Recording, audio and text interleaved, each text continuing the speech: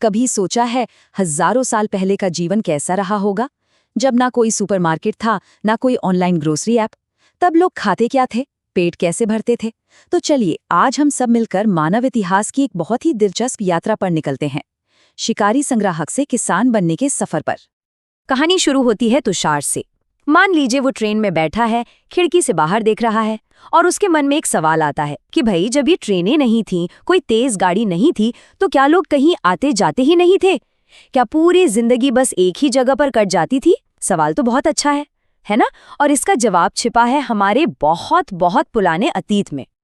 तो ठीक है, चलिए फिर टाइम मशीन में बैठते हैं और चलते हैं सीधा 20 लाख साल पहले। जी हाँ, 20 लाख साल। उस समय हमारे इस उपमहाद्वीप पर जो सबसे पहले इंसान रहते थे, आइए जानते हैं उनके बारे में। इन लोगों को आज हम एक नाम से जानते हैं, आखेटक, खाद्य संग्राहक, मतलब हंटर गैदरर्स। अब ये नाम थोड़ा भारी भरकम लग सकता है, पर इसका मतलब बहुत सीधा है। ये वो लोग थे जिनका पूरा जीवन बस दो ही कामों में गुजरता था: जंगली जानवरों का शिकार करना, मछलियां और पक्षी पकड़ना, और जंगल से फल, फूल, दाने, पत्तियां और अंडे इकट्ठा करना। लेकिन एक सवाल उठता है कि ये लोग एक जगह टिककर क्यों नहीं रहते थे, हमेशा घूमते क्यों रहते थे? इसके पीछे ना 4 मुख्य वजह हैं। और हाँ, इस पे ध्यान देना जरूरी है क्योंकि ये वाला हिस्सा एग्जाम्स में अक्सर पूछ लिया जाता है। पहले वजह, अगर वो एक ही जगह पर ज्यादा दिन रुकते तो वहां के पेड़ पौधों के फल और जानवर सब धीरे धीरे खत्म हो जाते। दूसरी वजह, जानवर भी तो एक जगह नहीं रहते, वो अपने चारे की तलाश में इधर उधर जाते हैं, तो शिकारियों को भी उनके पीछे पीछे जाना ही पड़ता था। तीसरा, अलग अलग मौसम में अलग अलग पेड़ों पर फल लगते हैं, तो मौसम के हिसाब से उन्हें भी अपनी जगह बदलनी पड़ती थी। और चौथा और सबसे जरूरी, पानी। पानी के बिना तो जीवन संभव ही नहीं। अब सवाल ये है कि भाई हमें ये सारी बातें पता कैसे चली? कोई टाइम मशीन तो है नहीं हमारे पास जो हम पीछे जाकर देख आएं। तो इसका जवाब हमें मिलता है पुरातत्वविदों से। ये वो लोग हैं जो जमीन के नीचे दबे अतीत के सुरागों को खोज निकालते हैं। तो इन पुरातत्वविदों को खुदाई में मिली हैं वो चीजें जो ये आरंभिक मानव बनाते थे, इस्तेमाल करते थे, खास तौर पर उनके औजार। ये औजार पत्थर, लकड़ी और हड्डियों के बने होते थे। और ये सिर्फ पत्थर के टुकड़े नहीं थे, ये उस जमाने के मल्टीपर्पज टूल थे। इनसे मांस काटा जाता था, पेड़ों की छाल छीली जाती थी, फल काटे जाते थे। और तो और इन्हीं पत्थरों को लकड़ी या हड्डी के हैंडल से जोड़कर भाले और तीर जैसे हथियार भी बनाए जाते थे। देखिए, इन तस्वीरों से कितना साफ पता चलता है। एक तरफ इन्हीं औजारों से जमीन खोदकर खाने लायक जड़ें निकाली जा रही हैं, तो दूसरी तरफ देखिए, इन्हीं नुकीले औजारों से जानवरों की खाल को सिलकर कपड़े बनाए जा रहे हैं। मतलब एक ही टूल से कितने सारे काम। अच्छा, जिन जगहों से ये पुरानी चीजें जैसे औजार, बर्तन या इमारतों के टूटे फूटे हिस्से मिलते हैं, उन्हें हम कहते हैं पुरास्थल। ये पुरास्थल ना एक तरह से टाइम कैप्सूल की तरह होते हैं। ये हमें उस जमाने की कहानी बताते हैं।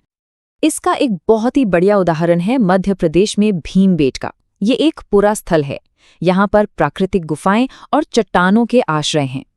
जरा सोचिए, उस समय के लोगों के लिए ये गुफाएं किसी घर से कम नहीं रही होंगी।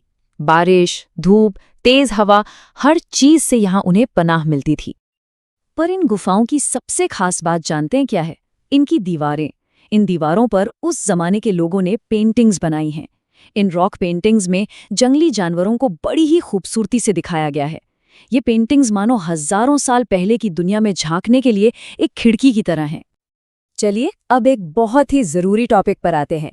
ये एग्जाम्स के लिहाज से बहुत इंपॉर्टेंट है, तो इसे ध्यान से समझना होगा। हम बात करने वाले हैं पाषाण युग यानी स्टोन एज की टाइमलाइन के बारे में। देखिए, इतिहासकारों ने इस लंबे समय को समझने के लिए इसे 3 हिस्सों में बांटा है। पहला पुरा पाषाण काल, दूसरा मध्य पाषाण काल और तीसरा नवपाषाण काल। अब एक हैरान करने वाली बात सुनिए। ये जो पूरा पाषाण काल है ना, ये 20 लाख साल से लेकर करीब 12,000 साल पहले तक चला। इसका मतलब इंसान के पूरे इतिहास का 99% हिस्सा सिर्फ इसी एक काल में बीता है। जरा सोचिए कितना लंबा दौर रहा होगा ये। इन तीनों कालों में फर्क क्या था? इसे समझने का सबसे आसान तरीका है उनके औजारों को देखना। ये बिल्कुल वैसा ही है जैसे टेक्नोलॉजी बदलती है। पुरापाषाण काल में औजार बड़े और बेडौल होते थे। फिर आया मध्यपाषाण काल, जिसमें बहुत छोटे और बारीक औजार बनने लगे। इन्हें माइक्रोलिथ या लघुपाषाण कहते हैं। ये शब्द नोट कर लीजिए, अक्सर पूछा जाता है। और फिर आया नवपाषाण युग, जिसमें औजारों को और भी बेहतर बनाया गया। उन्हें पॉलिश करके एकदम तेज धार दी जाने लगी। और फिर कहानी में एक जबरदस्त मोड़ आया। आज से लगभग 12,000 साल पहले दुनिया में एक ऐसा बदलाव शुरू हुआ जिसने इंसान के जीने का ढंग ही बदल के रख दिया। और वो बदलाव था खेती की शुरुआत। हुआ ये कि दुनिया का मौसम बदलने लगा। करीब 12,000 साल पहले जलवायु गर्म होने लगी। इसका नतीजा ये हुआ कि दुनिया में कई जगहों पर घास के बड़े बड़े मैदान उगने लगे। और जब घास बढ़ेगी तो जाहिर है घास खाने वाले जानवरों की संख्या भी बढ़ेगी। बस यही वो माहौल था जिसने इंसानों को एक नई दिशा दिखाई।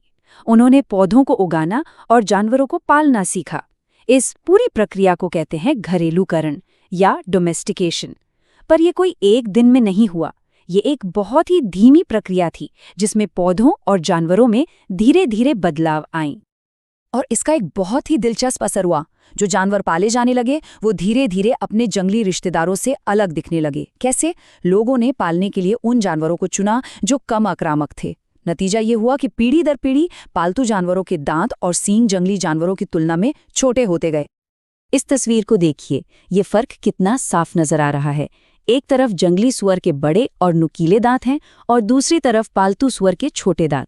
ये इस बात का जीता जागता सबूत है कि घरेलूकरण की प्रक्रिया ने जानवरों को कैसे बदल दिया। अब जब खेती होने लगी तो जाहिर है लोगों को एक ही जगह पर लंबे समय तक रहना पड़ता था। भई बीज बोने से लेकर फसल कटने तक पौधों की देखभाल तो करनी पड़ेगी ना। यहीं से शुरुआत हुई एक स्थायी जीवन की। घुमंतू जिंदगी अब धीरे धीरे पीछे छूट रही थी। इस नए बसे हुए जीवन की अपनी कुछ खासियतें थीं। पहली तो यही कि लोग एक जगह बसने लगे। दूसरी, रहने के लिए नए तरह के घर बनने लगे। जैसे कश्मीर के बुर्ज होम में लोग जमीन में गड्ढा खोदकर घर बनाते थे, जिन्हें गर्तवास कहा जाता है। अनाज को पीसने के लिए ओखली और मूसल जैसे नए औजार आ गए। और अनाज को स्टोर करने और खाना पकाने के लिए मिट्टी के बर्तन, ये उस समय का एक बहुत बड़ा इनोवेशन था। ये देखिए नवपाषाण युग के कुछ हाईटेक आइटम्स। एक तरफ है पहले से ज्यादा बेहतर पॉलिश किए हुए पत्थर के औजार और दूसरी तरफ है मिट्टी के बर्तन। इन चीजों ने मिलकर जिंदगी को पहले से कई ज्यादा आसान और व्यवस्थित बना दिया था। और जानवरों को पालने का एक और बड़ा फायदा था। वो एक तरह के लिविंग फूड स्टोर थे। जब जरूरत हो मांस मिल सकता है, साथ ही उनसे दूध भी मिलता था जो भोजन का एक अहम स्रोत था। और सबसे बड़ी बात, ये जानवर अपनी संख्या खुद बढ़ाते थे। मतलब भोजन की सप्लाई लगातार बनी रहती थी। तो अगली बार जब थाली में रोटी या चावल आए तो एक पल के लिए जरूर सोचिएगा उस अविश्वसनीय सफर के बारे में जो हजारों साल पहले शुरू हुआ था, जब हमारे पूर्वजों ने शिकार छोड़कर पहली बार जमीन में एक बीज बोया था। हमारी आज की दुनिया की नींव उसी एक बीज में छिपी थी।